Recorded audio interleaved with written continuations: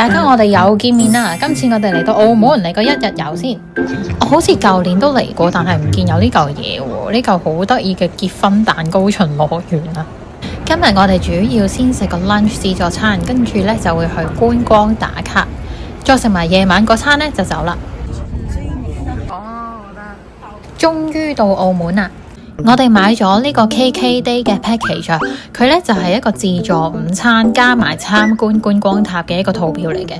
等我哋試下澳門觀光塔地下嗰間自助餐，睇下呢間好壞參半嘅自助餐餐廳服唔服先。咁我哋頭先呢就喺港珠澳大橋嗰度呢坐免費穿梭巴去回力海立芳先啦，跟住再喺嗰度呢就再坐多次免費穿梭巴去澳門觀光塔嗰邊嘅。去到海立芳嗰度呢，有一個好消息同壞消息。壞消息就係我哋要等大概半個鐘先至有車去到觀光塔嗰邊。好消息呢，就係我哋可以趁呢段空檔嘅時間呢去海立芳入面個賭場度參觀。仲有一個更加好嘅消息啊，就係喺賭場入面呢，我哋食咗個免費嘅蛋卷，超好食咯！就算我哋呢入到去唔係賭齋參觀呢，都有呢啲 souvenir 俾我哋。我哋一入到去呢，就已經有員工叫我哋呢用身份證登記一張卡，張卡入邊呢就有100蚊可以俾我哋賭錢嘅。但係由於我哋呢擁有逢賭必輸嘅呢個運氣呢，所以我哋就喺佢多番堅持之下呢，都多番拒絕咗佢啦。咁我哋就冇用到呢張卡。值得一提嘅呢，就係呢一度嘅賭場眾生相，呢度唔俾影相唔俾拍片啦，所以我就咁形容一下我哋嘅所見所聞啦。咁我哋呢，就見到有一個女人賭到隻眼紅晒，同埋唔知係咪喊到隻眼腫晒，但係都繼續喺度賭。跟住呢，另外一個 case 呢，就係有一個男人疑似係帶住自己個仔一齊喺度賭咯。咁個男仔呢，就好似啱啱夠稱可以入賭場嗰種嚟嘅。呢個畫面我都覺得好深刻。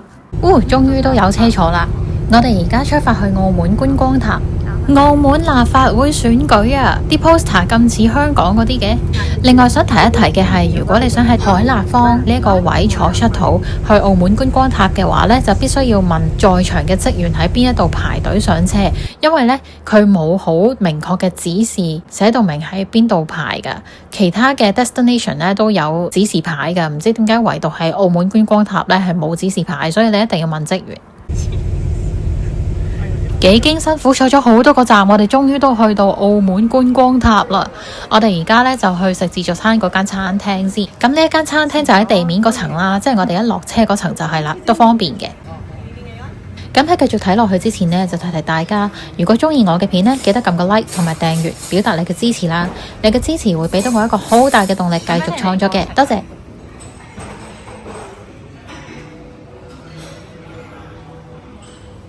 就咁睇裏面嘅位都唔算話好多，但係其實呢，佢有埋出面嘅。我哋今次坐靠窗位啦，可以見到出面嘅景色好靚。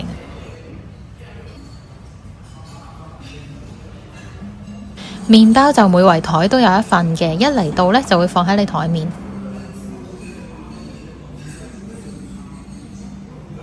俾大家睇下有咩食啦。呢一間主打葡國菜，大家都知啦。咁佢嘅選擇呢就唔算好多，我覺得。如果你問我有啲咩好食嘅呢，我就覺得係三文魚意粉沙律啦，佢啲菇啦，隔離有個番茄湯嘅，跟住仲有呢個馬介休啦，招牌菜。佢隔離有豬手啦、紅酒炆牛肉啦，同埋整緊嘅八爪魚飯，同埋烤雞。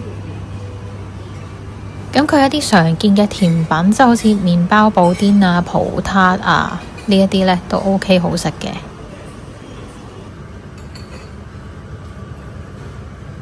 有呢個賣相比較特別嘅肉桂焗蛋白，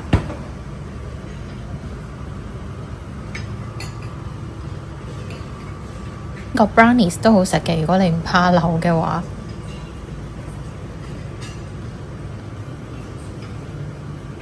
熱情果慕斯配藜麥同埋椰絲焗蛋黃，仲有佢個椰子芒果布甸都好好食喎。呢度就有焗鴨飯啦、牛脷啦、雜菜同埋炒飯啦。有左上角嘅薯蓉煨豬肉啦，下面嘅雞蛋酥啦，同埋馬介休拌番西呢一碟。另外嘢飲嚟講呢，佢就壞咗一部，得返一部機可以用啦，同埋佢淨係可以沖熱飲嘅啫。如果你想飲汽水嗰啲呢，你就要喺嗰個木桶上邊嗰個兜嗰度攞。但係佢係要收錢噶喎，佢額外要收錢，但係佢冇寫到明嘅，呢個要小心啲。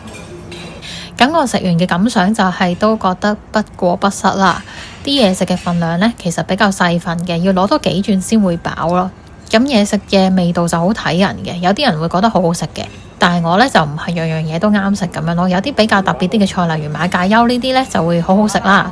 咁但係有時候佢 mix 咗，譬如藜麥啊或者係芫茜呢啲呢，就好睇個人嘅口味係點啦。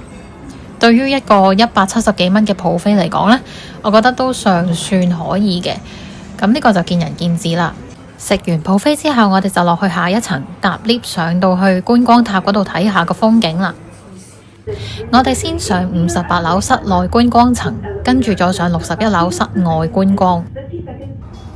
好啦，上到嚟睇到，首先條橋嘅左邊就係連接去路氹城嘅，對面呢就係珠海啦。跟住條橋嘅右手邊呢就係澳門。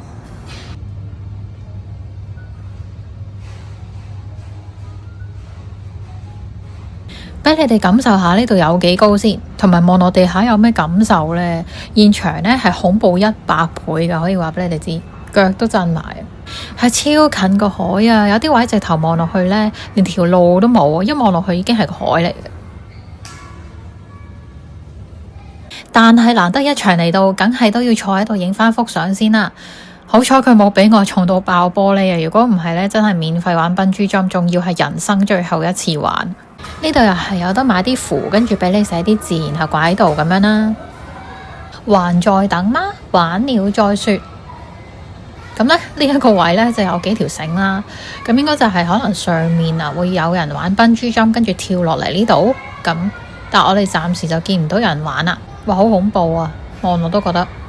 打埋呢個卡，我哋就上去61樓室外觀光嗰邊睇下有咩睇啦。佢呢度其實都係圍住晒嘅，所謂嘅室外呢，純粹係天花板有啲網喺度係透氣嘅，就唔係用冷氣咁解嘅啫。佢呢度有凳坐嘅，因為呢度有個吧呢，你可以買完嘢飲就坐喺度超下咁。然後重點就嚟啦，詢問處上面寫嘅嘢呢，就係嗱，你可以喺度玩空中漫步啦、笨豬跳啦、高飛跳呢啲等等嘅活動啦，而佢嘅費用呢，就係包入場券啦、活動 T 恤、相片及視頻，佢會幫你拍埋片㗎喎。跟住最搞笑係佢有電子證書俾翻你啊，可以考 cert 噶。你整張笨豬跳嘅 cert 真心幾威，相信冇乜人可以考到。咁呢個位就係行出去玩呢啲活動嘅位啦。咁暫時封住咗，又冇人出去玩。殊不知下一秒已經有個人企咗喺度啦，好緊張，我戥佢緊張，係咪玩笨豬跳㗎？你個快啲啦，快啲啦，我想睇啊！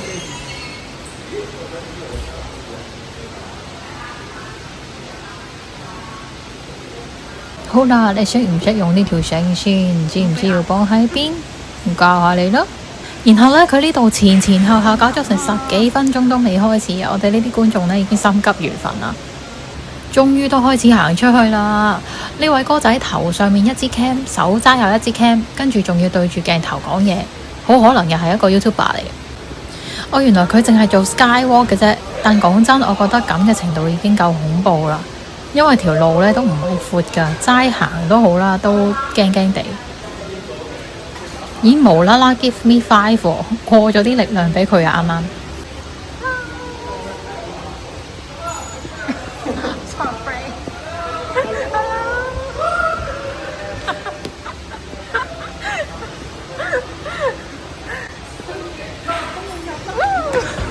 成班戇居仔咁我哋，不過佢影我哋時，我哋又影緊佢。如果我哋互相出現咗喺對方嘅片入面，就搞笑啦。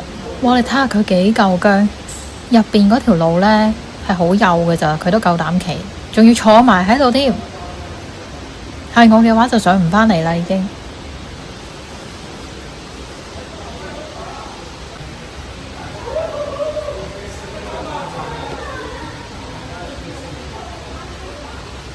跟住仲有第二個喎，今次呢個係倒轉坐喺度喎，好大機會係笨豬跳。佢試坐完之後呢，又要 check 下啲裝備有冇帶齊，都要整一輪嘅。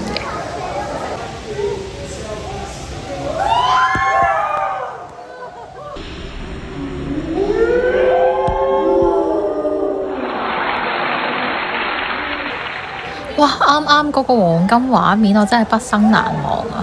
即係第一次睇人哋玩笨豬跳，但係佢個人而家唔知喺入邊。見到啦，見到啦，上返嚟啊個影，見唔見到啊？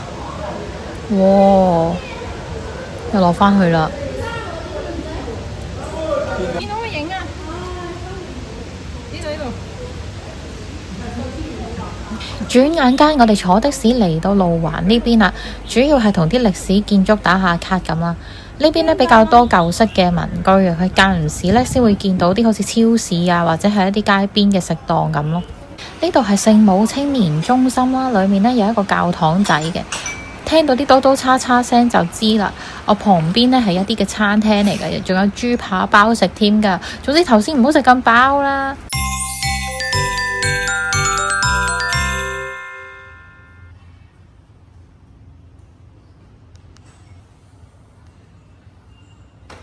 咁呢個箱就係俾你捐款啦，for佢裝修嗰個修道院嘅工程咁啊。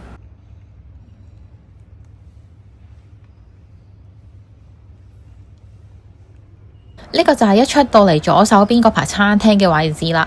咁佢好搞笑嘅，佢餐廳中間呢有啲好粗壯嘅樹，但係啲餐廳都特登留翻個位俾佢繼續生嘅。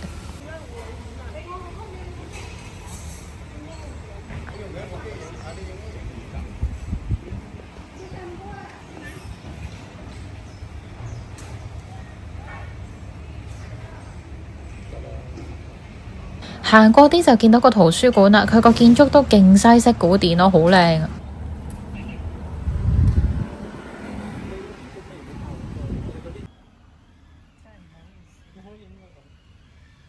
圖書館對面就係好出名嘅美女行啦，各位美女一定要嚟呢度打卡啊！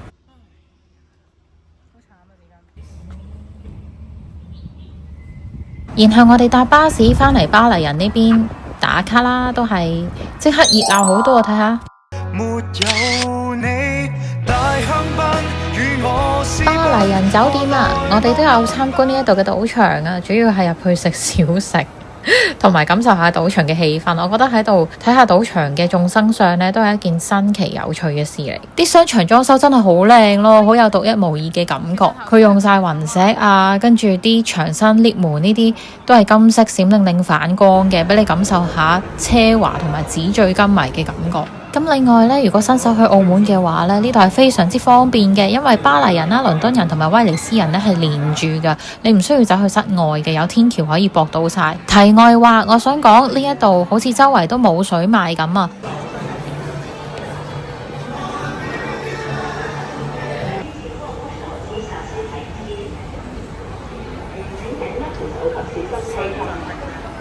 我哋中途仲兜咗好多冤枉路，上咗去倫敦人嘅呢一層啊，但係根本乜嘢都冇。佢個指示牌嗰度明明寫住呢度係 food court 嚟嘅，跟住後尾職員話原來拆咗啦個 food court。喂，你個指示牌唔 update 喎。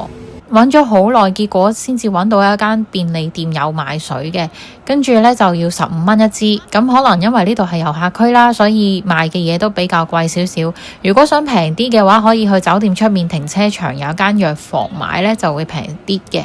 跟住我哋行到去倫敦人酒店啦，睇下幾靚。佢哋好似好中意用格仔嘅 pattern。頭先巴黎嗰間酒店呢，就比較教堂式風格咁樣。好啦，其實我哋係要落去再出去睇嗰個鐘樓同埋嗰個巴士啊。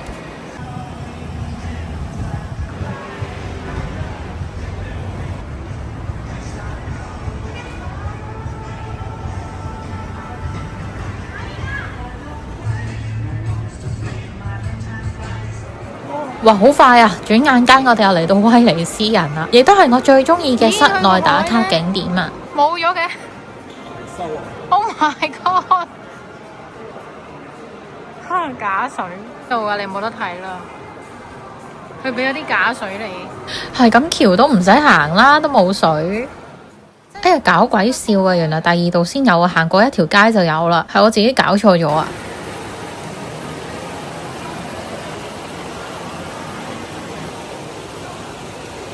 咦，有人上船喎，上次嚟都唔見有，仲要有幾架都有人喎，好爆喎！佢嘅交通情況就係咁啊，水泄不通啊！開咗呢架，跟住頭先橋底等咗一陣嗰一架呢，就終於可以駛返去碼頭俾人落船啦。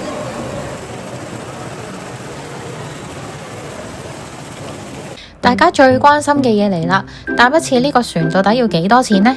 成人嘅話就大概係100鐘左右啦，小朋友都要100蚊以上嘅。如果包船嘅話呢，4個人就要再貴啲噶啦。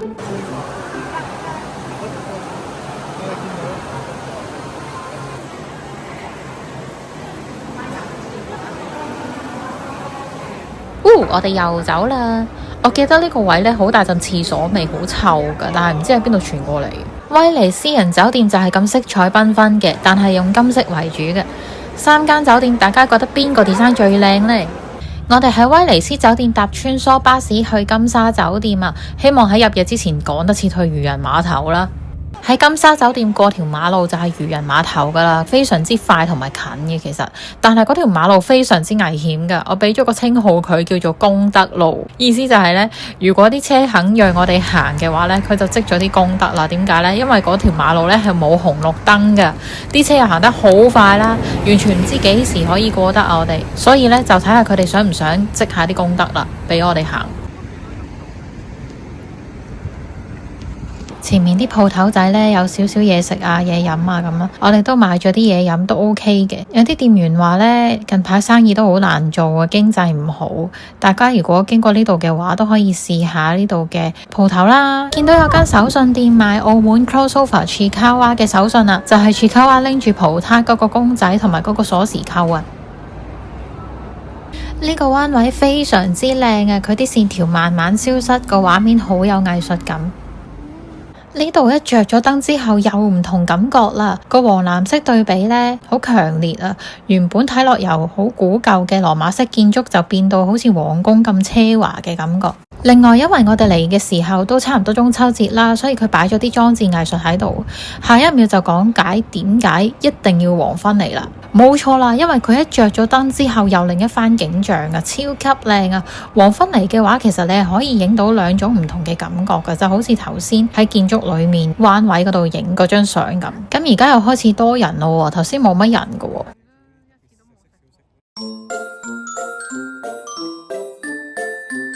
一擰轉身呢度呢，就有少少似一個廣場咁嘅，佢隔離左右呢，就有啲食肆咁啦，然之後穿過中間嗰道門呢，喺後面呢，就有啲餐廳嘅，但普遍都係高級餐廳嚟嘅。我哋入去睇下啦，哇！呢度好空喎，啲鋪頭全部唔開嘅，係咪夜晚先至開呢？應該係。哇！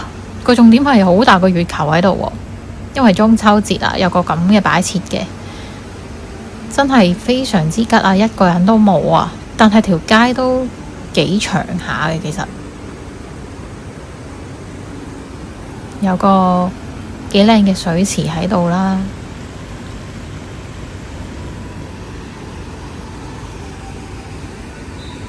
我哋頭先呢就喺度入嚟嘅呢一個位呢，即係月球隔籬呢個位啊，見唔見到好靚啊？對住個海噶。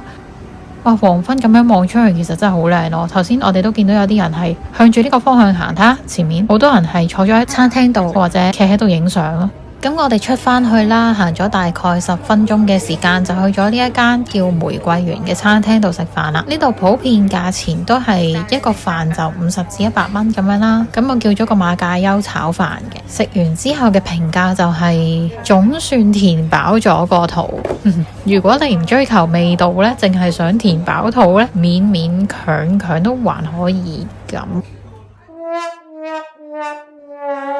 頭先發生咗突發事故啊！我哋本身呢返去金沙酒店嗰度呢，諗住坐 shuttle 去關閘嗰邊，完全犯咗個低級錯誤。